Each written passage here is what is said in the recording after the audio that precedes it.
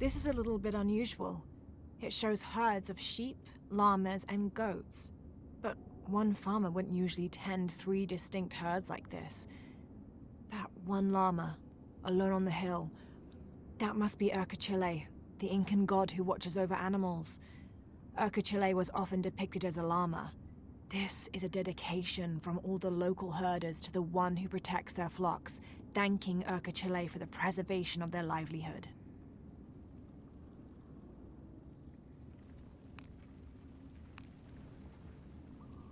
This is a dedication to Supe, god of death and ruler of Ukupasha, the Incan underworld. It entreats him to come forth with his legions of demons and to converge on this site, where the local people will do him honor with written poems extolling his greatness or offerings of food and drink. By paying him the respect he deserves in this way, the local people pray he will only take those he must, and not harm any others of their community unnecessarily.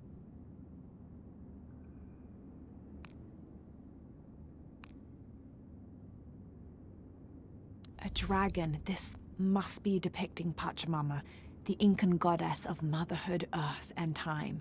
She presided over fertility, the harvest, and planting. Her body was the mountains, and she was also the cause of earthquakes. People used to make miniature pieces of clothing with highly intricate designs solely for the purpose of burning them in dedication to her. That would account for the scorch marks on the floor, and those brown stains must be llama blood, another popular sacrifice.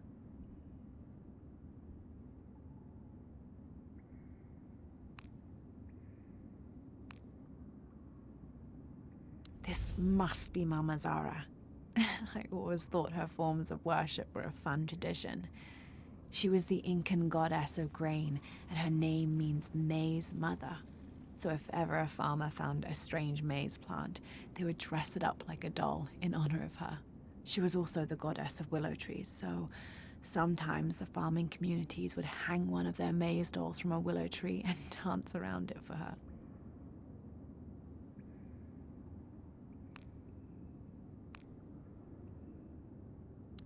There's no mistaking that bright golden disc. Inti, the most important god of the Inca. He was the god of the sun, protector of the people, and the provider of warmth and light. Some legends also credit him with teaching humans the ways of civilization, and the Incan emperors were either considered his lineal descendants or physical incarnations of Inti on Earth, depending on which emperor you asked.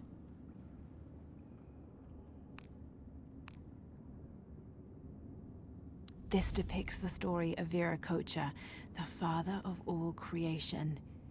He formed the heavens, the earth, the sun and stars, the moon, time itself, and all living beings, including the other gods. At first, Viracocha was considered to be the supreme god of the Inca, but with time that honor passed to his son, Inti, the god of the sun. Still, Viracocha retained his link to the sea. His name literally means fat or foam of the sea.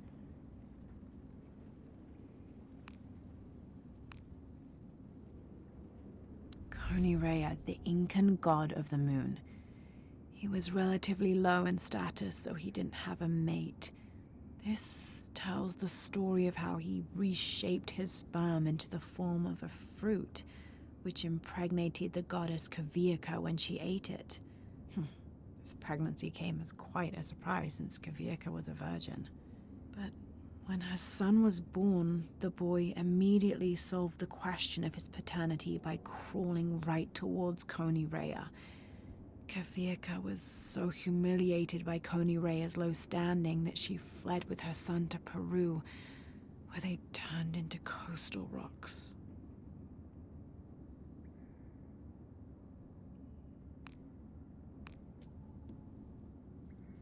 This depicts the Incan god Kon.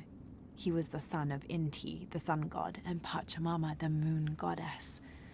Kon was in charge of the wind and the rain, although in some legends he was only in charge of the weather that came from the south, while his brother Pachacamac was in charge of weather that came from the north.